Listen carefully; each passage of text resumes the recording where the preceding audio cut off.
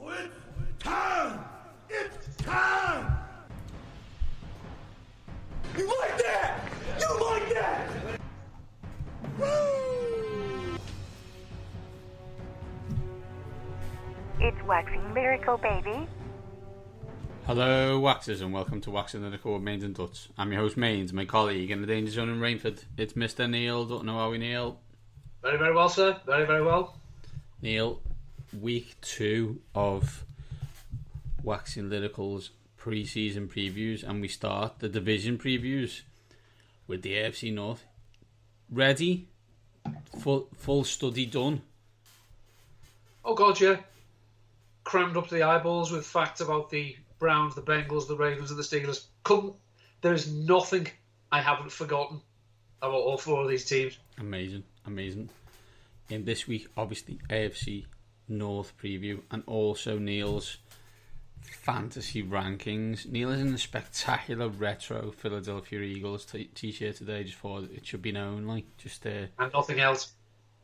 I can only see the top half. I know that I did see that someone in America, they were doing an NBA show because it's the finals, and the finals are in Arizona. The first game was in Phoenix, and the dude was in like a full suit at the top and shorts, but they had him at like a high table, so you could just tell he was in shorts. Love it. It is. I think it's closing in on 40 years. I think it was this week where the USFL, which is much missed and much mourned, played their championship game in Arizona, outdoors. Special. Arizona in July. Well, let's put it this way: it's quite a dry heat. It's dry. It's by dry you mean like the inside of your oven. The inside of the oven, if your oven was on the sun. Yeah, correct. Not for the faint-hearted. Neil, let's get straight on with the show. As we said, over the next 4 weeks, you'll be giving us your fantasy rankings as they stand right now on the 8th of July, subject to change. But this week, we're going to look at running back ranks. So I would like you to give me your top 10. Fancy 10 to 1. Okay, as I understand you have some questions. Having seen this rankings, I will just name them. We'll go through them and then we'll start the discussion. Perfect. As opposed to me justifying them straight off the bat. So at number 10, I have Jonathan Taylor of the Colts.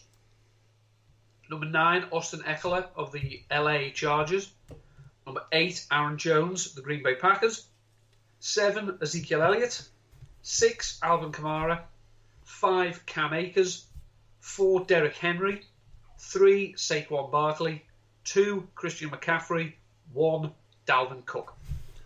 Okay, so I'm just going to give the ADP ranks, and then I'll go through my questions. So 10 is Eckler, 9 is Elliott, 8 is Jones, 7 is Nick Chubb, 6 is Jonathan Taylor, 5 is Saquon Barkley, 4 is Alvin Kamara, 3 is Derrick Henry, 2 is Dalvin Cook, 1 is CMC. First one, for me, why the Akers love? He showed last year when given a workhorse role that he can carry the load as much as Sean McVay wants him to. There's no real competition for targets there now. Darrell Henderson had the chance to make the job his own last year and didn't. Malcolm Brown has gone. This offense now is going to be more explosive, potentially, with Matthew Stafford under centre. So that's going to open up all types of possibilities in the passing game, which should lead to plenty of opportunities in the ground game. And Akers, whether or not Stafford is going to be a dump-off to his running back type player, should see some serious receiving work. I'm just going to make why do you hate Chubbs? He doesn't catch passes. Simple as that. You look last year, Derrick Henry had one of the greatest running back seasons of all time. He rushed for 2,000 yards. He scored 17 touchdowns. He was not the running back one. So Nick Chubb is not going to rush for 2,000 yards. He's not going to score 17 touchdowns. Plus, any passing work he may have is pretty much already baked out because Kareem Hunt is there. So while Nick Chubb is probably one of the best pure running backs to watch, so I'm told, obviously, as you know, film guy here, he doesn't catch passes, and that's going to hamper him. I'm not saying he's bad. I'm not saying I wouldn't draft him. I'm just saying the 10 players I have before him all have, if they don't have access to a passing ceiling, because I know Derrick Henry doesn't, Henry at least does have the fact that there's no one else in that backfield. And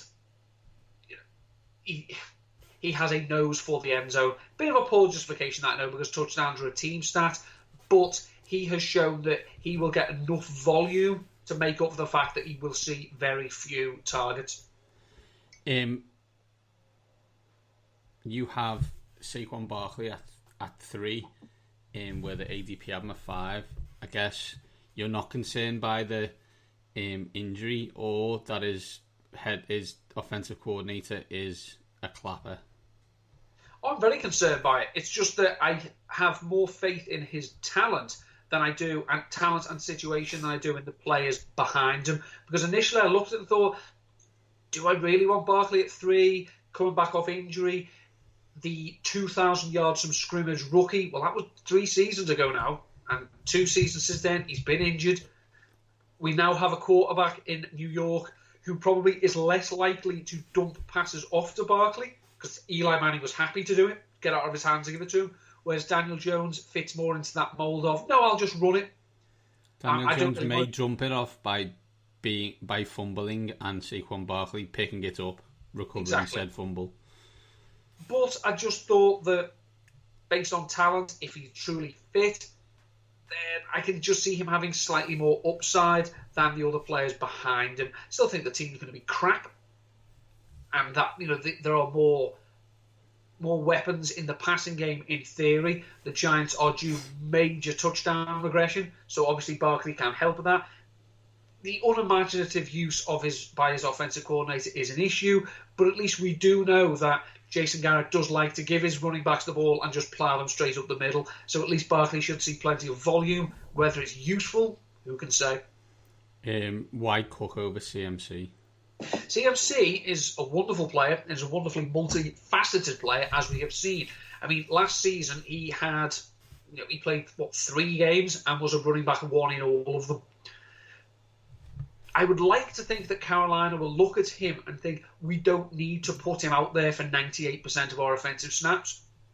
We can do other things. We can sprinkle in other running backs. We can pass a bit more efficiently. We can try and open up with our other receivers. So while I think, again, that he's a good bet to lead all running backs in targets, receptions, and receiving yards, I just think that the likelihood of him being the 1,000 player, I think that's gone. I think Carolina, stupidly, as I think my feelings are well known on this, they've invested a lot of money in him, and the first year they put that investment out on the field, it got broke.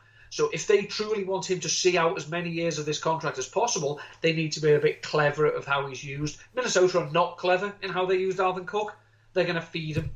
They're going to give him the ball an absolute shit ton. So he's going to get the normal carries, he's going to get dump-offs, he's going to get screens, probably get he's going to get the ball there. So the competition is Alexander Mattison, backup, not competition.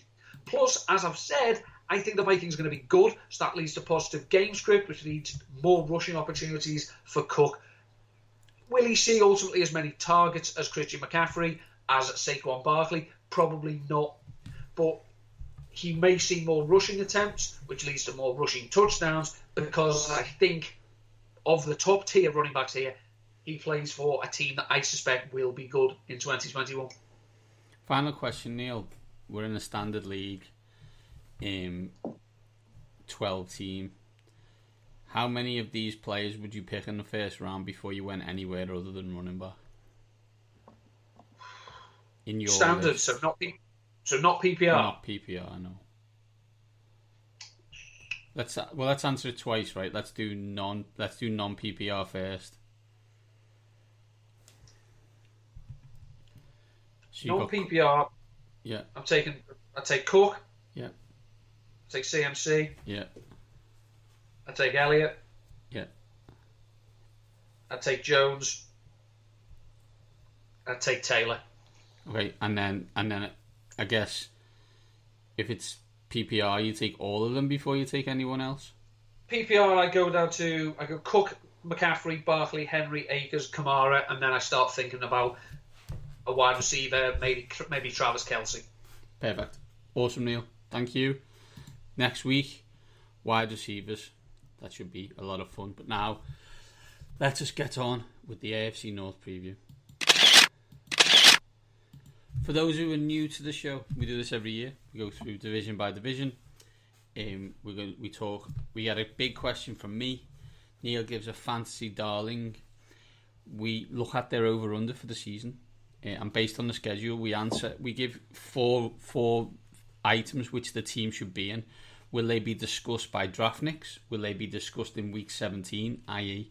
the kind of borderline playoff? Will they be discussed in the Super Bowl? Or will it be not at all, as they are super duper boring? I remind Neil and everybody listening to the show, 17 games. There are 17 games, so bear that in mind when we're doing this. Before we start, I want to kind of highlight the AFC North schedule. Obviously, they play each other, but they also play all of the NFC North, all of the AFC West, one AFC East team, one AFC South team, and one NFC West team. That is the schedule for the AFC North. So let's start with a team Neil knows very well, the Baltimore Ravens. And my big question is, what do the Ravens need to be a Super Bowl team? They need to be as aggressive as they have been on defense. They are aggressive, they're opportunistic, they do like to take the ball away. They need to show that they can consistently win more than one way on offense. We know they want to run the ball. We know they're very creative when they run the ball. We know that Lamar Jackson is a big part of that ground game. He needs to show that his passing can be elevated to another level, because if they get into a shootout with Kansas City, they will lose it. It's simple as that. Because Kansas City, among others, are teams that say, run on us. Please take the time out of the game to run on us. We'll just hit you straight back. Go again.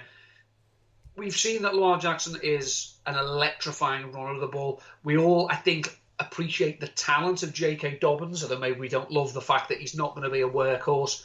We like Mark Andrews as a tight end for what he does. I say we like the defense because of what, it's fun to watch because they fly to the ball. They're always intercepting people and strip sacking and forcing fumbles. That's great in the regular season, but in the postseason, it used to be teams that run the ball that translates. Yeah, a lot of things used to translate. That doesn't anymore. You have to keep up with Kansas City. You want to run the ball on the Chiefs? They will let you. If you can pass the ball on them, that's when they start to creak, and that's when maybe the pressure goes back onto Patrick Mahomes. So they need to show that they can be. They're not going to drop back and pass 700 times. Of course they're not. But there will be games where Jackson will have to beat teams with his arm, and that's what we need to see that he can do. This is an elite team, right?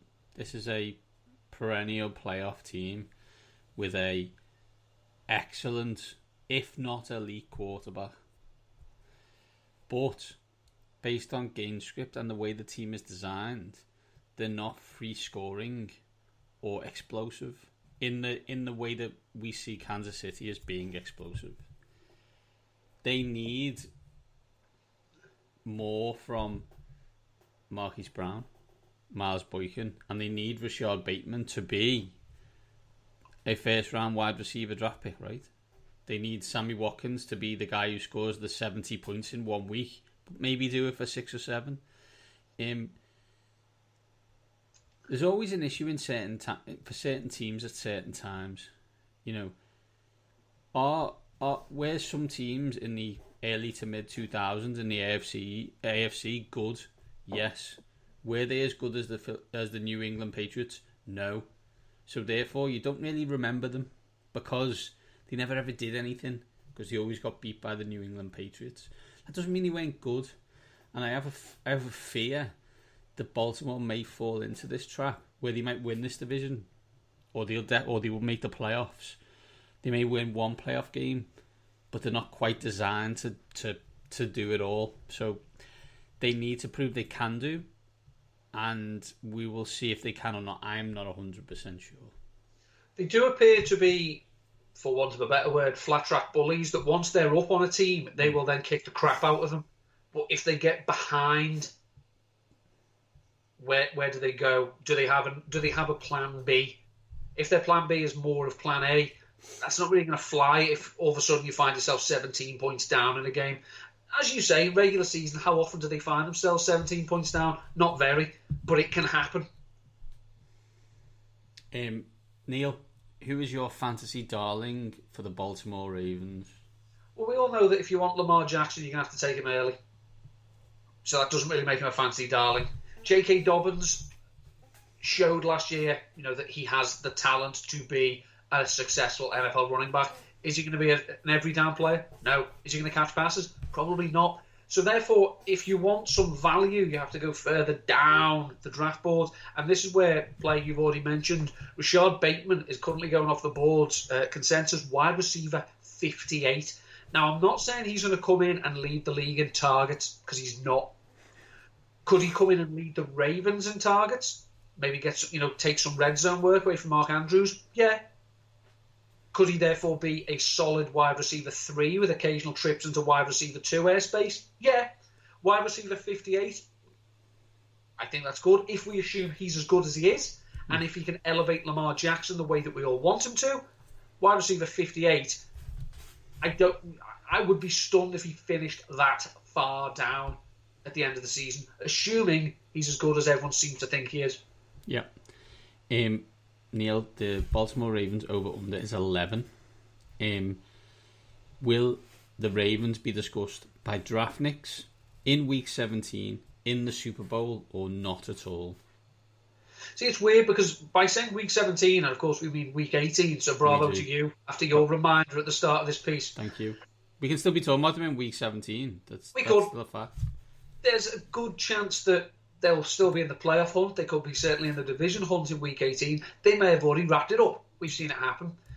But do I think we're going to be talking about them 4 or 5 weeks later when the Super Bowl comes around? No. Because, as you said, this is classic Tim Henman. You're good, but you're good in a time where there are greats about. It's better to be good when there's other good teams. The Chiefs aren't going away. And I know this is supposed to be talking about the Ravens, and we're talking an awful lot about the Kansas City Chiefs, but unfortunately, that's where you've got to go. So what's your best chance of beating them? You're going to have to get the bye. And even then, that might not bother the Chiefs. Yeah. And I don't think the Ravens win this division, so they're not going to get a bye. So they're in that between Week 18 and Super Bowl, but they're not going to have a bad season. It's the Ravens. They don't tend to do it. Do you think they can go 12-6 then? 12-5? 12-5, or are they 11-6? I think 10-7, 11-6, something like that. I don't see them being the dominant force that swept through the AFC 2 years ago. I don't see them having so much the struggles they had last year when they were, various times they had COVID outbreaks and whatnot. But I just like another team in this division more, and I think that could ultimately come down. That could ultimately decide the division. I'm with you. I just want to pour one out for UK Ravens fans for the first couple of weeks. Enjoy those sleeps that you're not getting, as they are the Monday night football game at Las Vegas, followed by the Sunday night football game versus the Chiefs, which could be a bye-decider game if we think they're as good as we think they are. I think there's a chance they're not. I'm with you. I think there's a chance they're not the winners of this division. Do I think they're a decent side? Yes, I do. Do I think they can make the playoffs? Yeah, I do. I think 11's a good number by Vegas. It's weird they're good at this. I don't know if you've noticed. I'm gonna say they're in Week 18 team. I'm probably gonna take the under and say they're 10-7, but do make the playoffs. Let's move on, Neil. Cincinnati Bengals. the big question for the Cincinnati Bengals is, will 17 games from Joe Burrow mean success for the Bengals? No. Their defense is a Greek tragedy. They'll be fun on offense. Because at least if we don't know a lot about Zach Taylor, and I still think after 2 full seasons we do know that he likes to pass the ball. So you're a winner in my book, Zach, even if the stat sheet says otherwise. So if the defense is bad and they already like to pass the ball anyway, what does that mean? Well, that means they're going to be filling the air with footballs. Joe Burrow was okay as a rookie. I think there's some people seem to have this narrative that he was running away with Rookie of the Year before he got hurt. I don't think so. He was getting an awful lot of volume and opportunity, so he was putting up good passing yards, but he wasn't throwing a lot of touchdowns, plus the Bengals stunk. The Chargers, who Justin Herbert plays for, who won Offensive Rookie of the Year, Herbert lit it up from day one. Well, technically week 2, not day 1, because week 1 was actually against the Bengals and he didn't play, of course, because Tyrod did. So Joe Burrow, we saw a good rookie season. Wasn't very well protected, as we know. They threw him to the wolves and let him have the crap kicked out of him. They chose not to address that with their earliest draft pick and instead reunited him with an offensive weapon he had in college. That can only be good for a we need to move the ball, we need to score situation. So they have pieces on offense. They had T. Higgins last year, who again had a good rookie season. Seems to have been forgotten. People just assume that Jamar Chase is going to come in and take all the targets. Well, he could take all AJ Green's, and T. Higgins is still going to put up decent numbers. You've got Joe Mixon, who's now got that backfield to himself. And we've seen in the past when Mixon does have all the opportunities, he can produce. They're in a tough division, and they've had 2 very, very bad seasons. They've not been blessed with top tier roster talent across the board for quite some time. I mean, 2015, do you remember the Andy Dalton MVP campaign? It was a long time ago. So if we're saying success, well, does that mean what? 8 and 9, 9 and 8? They're pushing it. Will they be fun to watch? Yeah, very likely. I think you're right, but I think it should, success is relative, right? If Joe Burrow plays 17 games, it means the offensive line's better. It means that he's upright more. It means that he is able to pass to the likes of T. Higgins and Jamar Chase et al. Means that they will score points. Do I think that means they win? Well, no, not really. I think I said last week, that they'll win. I believe they'll win more games than the Steelers, but I assume that means that Joe Burrow's got to be good. Does that mean the defense is good? No. Do I think they'll be fighting for the playoff place? Not really, no. But do I think they'll be one of them teams where you go after the end of this season, ooh, that's a team to look out for in 2022 if they make the right off-season moves? Well, yeah, I actually do. So, I think Burrow playing 17 games shows that Burrow is a starting NFL quarterback who can play without getting injured, and that's a good thing for Cincinnati, and that's something they should be striving for. Yeah, I mean, as you say, when Andy Dalton was good, he was good. But they've not had excellence from the QB position since a couple of seasons of Carson Palmer. Do we need Joe Burrow to be excellent in his first season back from a serious leg injury? No. We need him to show that he can play the position in his brain. And then next year, if they're still building, he can then say, okay, now it's my time to become the franchise saviour. But they're going to struggle because they're in a tough division. Yeah. And the defence is trash. Correct. Neil, who is the fantasy darling on the Cincinnati Bengals? Well, I've got a couple. One of them is Joe Mixon, who appears to be, as I say, being perennially forgotten about because he's been very good when he has the backfield to himself. He's currently going as the running back 12, according to the consensus rankings, and people seem to think that, if you get Mixon, that's terrible. Yeah, but think where you're getting him in your draft. You're not taking him as your running back 1, or if you are, it's because you've taken a wide receiver first. Or, if you're not taking 2, you've taken another running back, in which case you've got Mixon as your running back 2. That's not a bad RB2, I don't think. And the other person is T. Higgins, who seems to be getting forgotten about, as I say, because everyone's on the new shiny, bright toy, Jamar Chase. Yeah, well, T. Higgins can still have a role in this offense. Some people are saying that Tyler Boyd would be a good value. No, Tyler Boyd is a Saab. Okay. It'll do a job, but fuck me, it's boring. And it's not going to excite anyone. And ultimately, it won't bring home any bacon. Tyler Boyd has an excellent floor. But as our old friend Rumford John used to say, he's a crawl space player because his floor and his ceiling are right on top of each other. Whereas I think someone like T. Higgins, who's going as a back-end wide receiver 2, as a low-end wide receiver 3, he could have moments where he's into wide receiver 2. So if you're getting him as a wide receiver 3, again, it's not a bad option because they're going to pass the ball a lot. And being the big bugger he is, he's a red zone threat.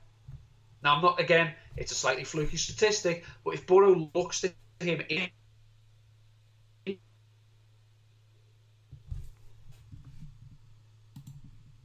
you're drafting to be a contributor. Okay.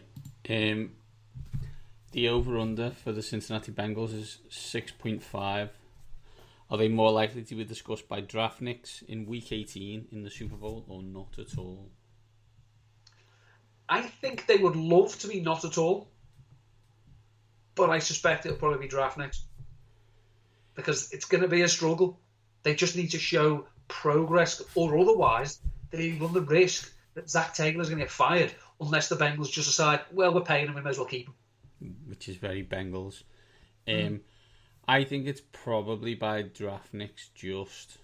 But yeah, what I will say is every team's got to be prime time, right?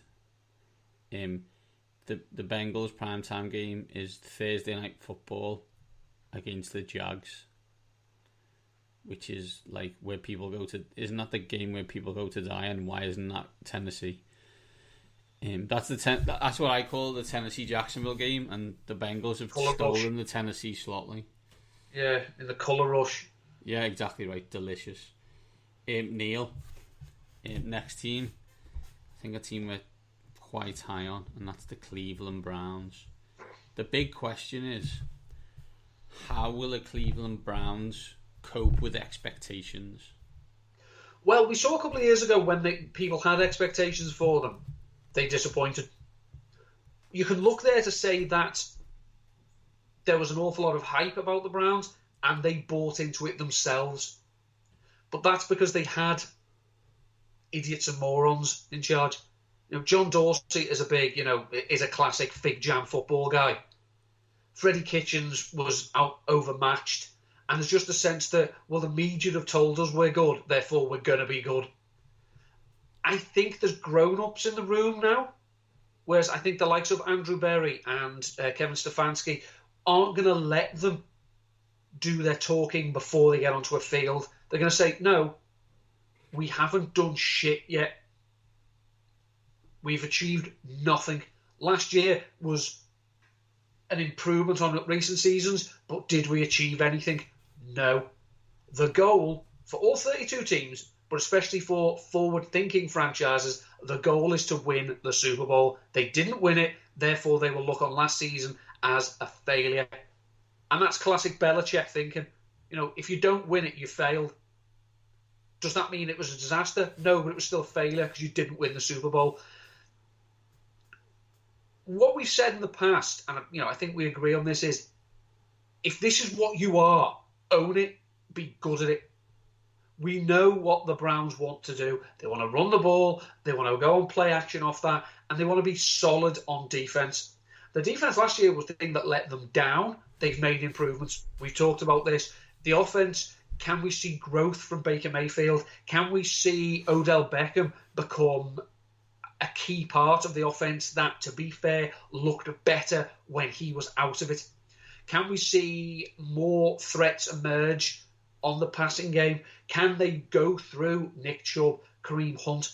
Can they find someone else on defense for offenses to worry about other than Myles Garrett? I think they can, because I have faith in the front office. and the coaching staff working together. Do I think this team's going to win the Super Bowl? No. I think it's so by that standard, I think it's going to be another failure. Do I think they can make the playoffs? Yeah. Do I think they can win this division? Yeah, because they've got a third place schedule. This is a playoff team coming into a season with a third place schedule. What's not to like, other than the fact it's Cleveland and they're cursed? We'll come back to the schedule, but yes. Can they cope with the expectations? Well, yeah, because I think in recent times they've proven that they seem to be being run professionally. I think Kevin Stefanski's done a fantastic job. I think they've got a lot of talent, which is due to a couple of things. Good signings and the fact they've been rubbish for so long that you get to draft really high a lot. And with Neil, right, do I think they're going to win the Super Bowl? Well, not really, no, I don't. I struggle to see anyone making the Super Bowl in the AFC that isn't called Kansas City. Again, we talk about them. But I think this is the best team in the division. I think it's the most well-rounded. I like Lamar Jackson. We didn't really talk about it, but I like Baker Mayfield more. I like the fit. I wonder why. Yeah, because he's got it. Lamar Jackson's nice and Baker Mayfield isn't, and people don't like him when Baker Mayfield gives him a finger. I'm all here for that. I think it's a talented team. I hope, I mean this sincerely, I hope that they get the good Odell Beckham Jr. Because if they get the good Odell Beckham Jr., this team's in serious business. I think they could be very good. Defense is much better, as you said. I think this team wins the division. So, yeah. Can they cope with expectations? I believe they can, and I believe they will. Neil, who's your fancy darling on the Browns? My fancy darling is not Nick Chubb, as you said, who's going at running back 8. Now, most grown-ups play PPR, and he's not the running back 8 in PPR. I'm terribly sorry to disappoint you. Do I think Nick Chubb is a wonderful player? Yeah. He runs as if the defense stole his money, and he punishes them for it. It's great to watch. But is he going to score 20 touchdowns and rush for 2,000 yards? No. So do you want to take him at running back 8 ahead of some of the players I mentioned before? Best of luck to you. I'll take the others. So I think if we buy into this team being more efficient on offense and a growth between the quarterback and the receivers, then we have to like Odell Beckham at wide receiver 29. The days of Odell Beckham being Odell Beckham, they're gone. It didn't last long. I hope we enjoyed it while we had it. Can he still be a good, functional wide receiver in both reality and fantasy? Yeah. So, wide receiver 29 for someone who, let's be honest, he should be the focal point of this passing offense. You'd hope so. I mean, I love tight ends. I think everyone knows this, but I don't want it to be Austin Hooper. Come on. We're better than this. So if he's not going to get the volume, can he be efficient with it? Yeah. So could he be a solid wide receiver 2 with occasional wide receiver 1 weeks? Maybe. But at wide receiver 29, where's the risk? I want you to put in a box somewhere for discussion later, probably in our draft strategies later on, that attack of if you're an adult, you play PPR, because not that I don't understand what you're saying, but the fact that makes JD McKissick an important fantasy player means that PPR is wrong in every concept and should be changed to something different, but we'll discuss that another time. Neil, the over-under for the Browns is 10, so Vegas thinks they're actually less likely to win the division than the Ravens. Will they be discussed by Draftniks in weeks 18 in the Super Bowl or not at all? Again, I think the Super Bowl is beyond them this year. Week 18, they'll be in the hunt for the division. They may have already shown it up. Definitely they're a week, I'd say that cross between week 18 and the Super Bowl. If they win the division a year after getting in the playoffs and win the division, the progress they're making is wonderful. In 2022, can we look at them seriously and say this is a team of Super Bowl contenders? Yes. 2021, this is a playoff team that's going to get more experience in the playoffs when they get there. It's only going to stand them in good stead. But they're not winning the Super Bowl. As much as I like Stefanski, Berry. I have time for Baker Mayfield, although I don't like not quarterbacks wearing 6. I have issues with the number 6, as we know. But yeah, I would take the over, and I think they're the AFC North champions. So I don't know what to tell you. I think that the AFC North champions, but I'm gonna just put a bit of context in it. They have a really tough road schedule, so they have road games against the Chiefs, the Vikings, the Chargers, the Patriots, and the Packers. And what we think of the Patriots is, and depending who the quarterback is on the Packers, may define that. But they're not easy games. But I do think they're the best team in this division. I think there's 4 to 5 wins out of this division straight away, and then after that you're in the run. Do I think they're a Super Bowl team? No. Do I think they're the best team in this division? Yes. I'll then take the over. Let's be honest, they were a couple of defensive plays away from beating the Chiefs, so it's not beyond the realms of possibilities that they can do it again. So yeah, I'm going to take the over, and I think me and Neil like this team and think this team is the AFC North champions. Final team, Neil, a team that's perennially been the AFC North champions, and that is the Pittsburgh Steelers. And the question I have is this the end of an era in Pittsburgh? Oh God, yes. Because we've talked about this. It feels like we've talked about this ad nauseum. I certainly said this last year.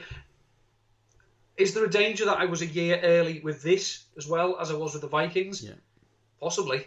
This team started 11-0. Was anyone impressed? No.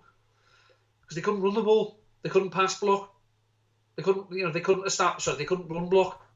So even though they didn't exactly have generational talents back there, they couldn't punch holes for James Conner or Anthony McFarland or Benny Snell or Jalen Samuels. So they had to drop back and pass the ball 50 times a game with a quarterback who couldn't throw. And again, he's taking hits while he's throwing it because they can't block.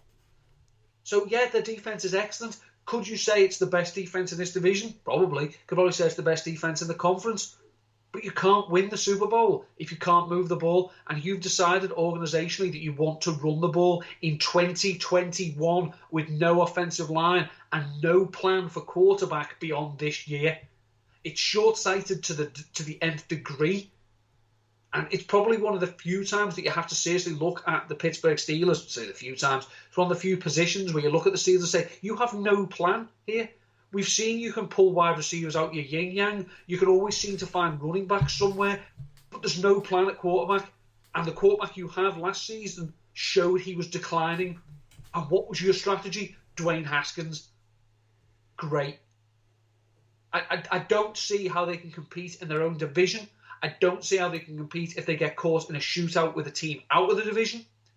Or we could keep them to 24. That's great. You'll keep yourself to 17.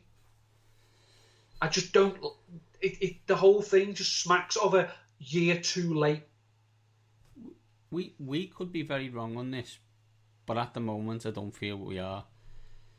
They don't have a quarterback anymore. They don't have an offensive line anymore. As you said, lots of wide receivers. A supposedly elite running back, although what's the point in having one of them if you can't run anywhere? They have a good defense. The Steelers are interesting, right? Because they won a lot and also not won a lot. We have in the past been critical of Sean Payton and Mike McCarthy, but very rarely been critical of Mike Tomlin for basically a very similar thing, right? Mike Tomlin has lost a lot of playoff games that he should not have lost. He did win the Super Bowl, and let's be honest, he had to put up with, and I put up with in capital letters, Ben Roethlisberger, Antonio Brown and Le'Veon Bell, and managed to keep a lid on it and get them to play good football for a number of years. But they didn't win as much as they should have won, and that I think will always hang over them, right? Whether they will get back to it depends on whether they get a new quarterback. And as you said, at the moment, their proposal is Dwayne Haskins, which is a bad proposal.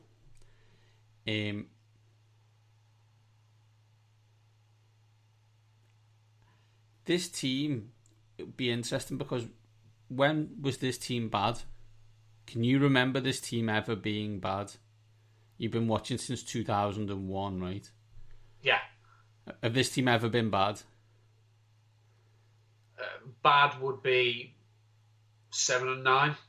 Bad. Exactly. That's what I'm saying, right? Has this team ever picked top 5 since you've watched? No. I don't even. I think they did when I first started watching. I don't think they were that good then.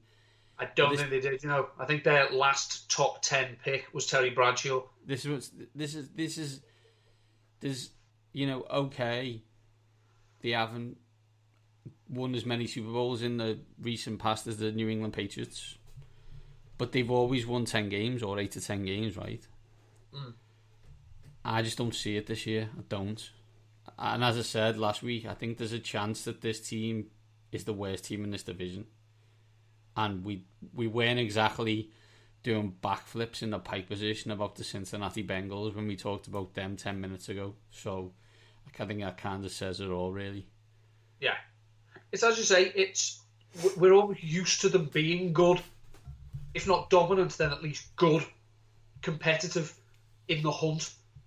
And I think there's a very real chance that dream goes very early in the season when they sit down. They play someone. I mean, you've got the skeleton in front of you. They could have an early season game where literally they get the snot kicked out of them, and all of a sudden they have to sit down and look at themselves and go, "We can't come back from this." Sunday, September 12th, week 1, at the Buffalo Bills. How about that for snot kicked out of you? Well, that'll be the classic. Go on, keep up with us. And they won't. They won't be able to. Yeah, we can keep the high-flying Bills to 25. Yeah, but the Bills' defense, you'd assume, is good enough. The Bills' defense, as we said, about other teams to be successful, they only have to be middle of the road because their offense is that good. Well, if they're middle of the road defensively, but you're bottom of the table in offense, they win. Absolutely. It's 2021. Absolutely. Neil, who is the fancy darling on the Pittsburgh Steelers? It's hard to say fancy darlings because we're not fans of this team, especially on offense. Najee Harris is going ridiculously early for my liking, but he's going to get a lot of volume, and plus he's going to be involved in the passing game, so you can sort of justify it. It depends. I mean, all three of their big three wide receivers are all going, let's see, Deontay Johnson is wide receiver 23, Chase Claypool is wide receiver 27, Juju is wide receiver 30. The upside pick for me is Claypool because he's at least shown he has skills to be an alpha. Can he be an alpha in this offense? I don't know. Deontay Johnson is likely to be a target hog because when he plays, he gets targeted. Juju Smith-Schuster has always scored his touchdowns at an above average clip. Where's the weekly floor? Which one of these do you feel safest on a weekly basis? The floor play is Deontay Johnson. But if you want to go higher than that, then I'll go with Chase Claypool. But again, we're running the risk of the fact that we've either got thrown to him, Mason Rudolph, or Dwayne Haskins thrown to him. And I'm not sure I want any part of that. Over under for the Pittsburgh Steelers, which shows that Las Vegas and us are not compatible right now, is 9. They also have 5 primetime games.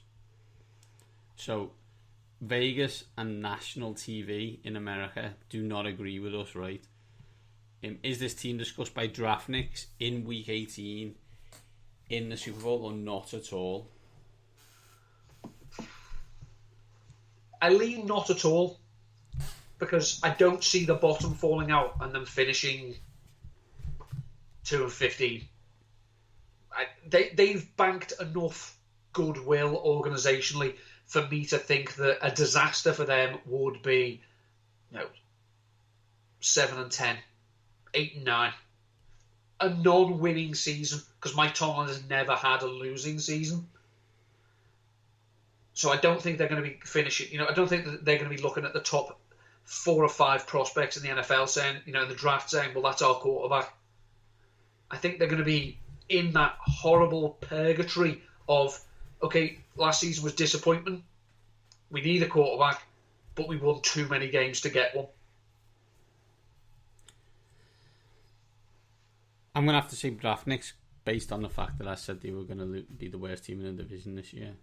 There's a chance this goes really badly because there's a chance that by the bye week, for whatever reason, bye week's week 7, by the way, they've got to play Dwayne Haskins.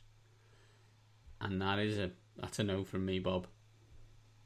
So yeah, this team has a chance to stink, I think. Although it's got talented players, right? It's one of them weird ones, but I'm not sure. I'm just not sure. Have they ever lost twice to Cleveland and twice to Baltimore in the same season? I don't know. Not. Probably not, but there's a chance they do it this year.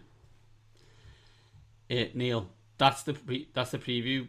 I am going Browns, Ravens, Bengals, Steelers. Possibility, although we'll come to that at the end of all the previews, that 2 teams get into the playoffs from this division. I believe you're going Browns, Ravens, Steelers, Bengals, still possible 2 playoff teams. Yeah. They'll definitely be our playoff team. Thanks for that pearl of wisdom, you absolute buffoon. That is it for AFC North. Next week, NFC North, which may have to be a 2-parter on the Packers. Packers with Rodgers, Packers without Rodgers, but we'll come to that next week. Neil, before we close, where can people catch you before we're back again? Find me on the Twitter at endupton13. I have 2 pieces out for Rotoviz this week. One on 5 tight ends whose ADPs are on the rise, and one on 3 tight ends whose ADP is going the other way. I should have a few more pieces out for 4 for 4. I'm writing about Chris Godwin and Dallas Goedert. I also have a ton of articles planned for Numberfire, so I will be busy once this pathetic sporting tournament finishes, so I can actually have some peace in the house and actually write about and actually sit down and write. So yeah, and I'll go back to having me weekly Twitter Q&As as well. But until people stop watching football, I can't really be sure of their full attention of a Tuesday or Wednesday night. So we have started putting the podcast up on the touchdown.co.uk with a mini article. Maybe a day after we post the podcast, give it a quick read, have a look, see what you think. All the writers from the Touchdown who have podcasts are doing the same. It's quite a little cool idea, so we'll see how it goes. As always, I am at Mindy7. Neil is at Endulton13. Combine we are at waxing_lyrical. Until next time, you're either coming home or Forza Italia, and we'll leave it in the Forza part for the 2 boys here, and we will say these top guys are out. See you later.